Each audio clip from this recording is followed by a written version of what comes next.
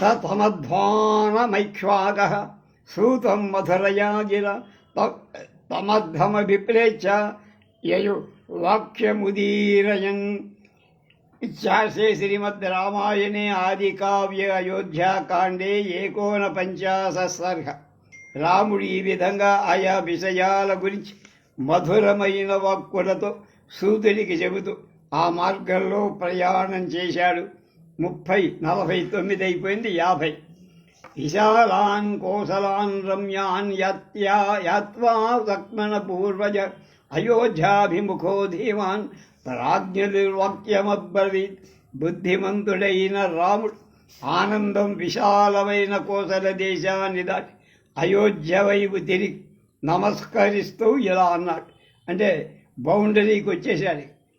అపురుషేవతాని చయాని త్వాం పాలయంచావనంతి చ. కకుత్సవంశంలో పుట్టిన వాళ్ళచే ఓ నగర శ్రేష్టమా అయోధ్యాపురి, నిన్ను నీయందు నివసించే నిన్ను పాలిస్తున్న దేవతలను అనుమతి కోరుతున్న నివృత్త వనవాసస్వాం మనృతో ఆంధ్రుణో జగదీపదే పునర్దక్ష్యామి మాత్రా చ పిత్రా చ సహసంగతగా. నేను వనవాసం పూర్తి చేసుకొని దశరథుని రాముడు కన్నీళ్లతో నేత్రాలతో దీనుడై కుడి చేతి పైకెత్తి తనను మయివః కృతః చిరం దుఃఖస్య పాపీయో గమ్యతాం అర్ధసిద్ధయే. మీరు నాపై తగు విధంగా జాలి దయా చూపించారయ్యా. చాలా కాలం దుఃఖించడం మిక్కిలి చెరుపైన పని. అందుచేత మీ పనులు చూసుకోవడానికి వెళ్ళండి. తేభివాజ్య మహాత్మానం కృత్వాజాభిపదక్యనం విలపంతో నరాఘోరం యతిస్తంత క్వచిత్. వాళ్ళంతా మహాత్ముడైన రాముడికి ప్రదక్షిణ పూర్వకంగా నమస్కారాలు చేసి ఘోరంగా ఏడ్చి అక్కడక్కడ నిలిచి రాముణ్ణి చూస్తున్నారు. తథా విలపతాం తేషాం అమృతత్వానాం రాఘవ. మతృత్వంగా ఏడుస్తూ రాత్రి ప్రాంతాడు.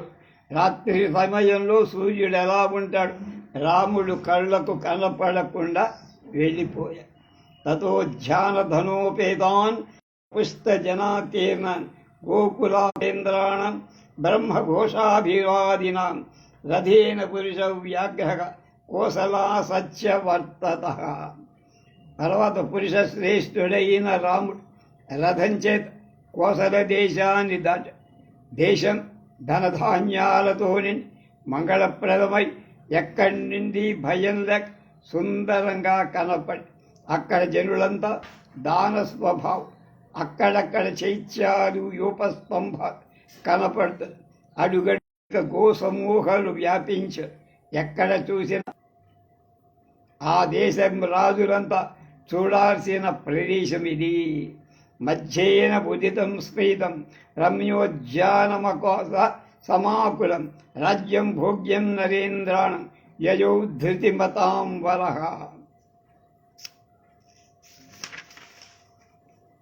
ధైర్యవంతులలో శ్రేష్ఠుడై సుందరములై ఉద్యాన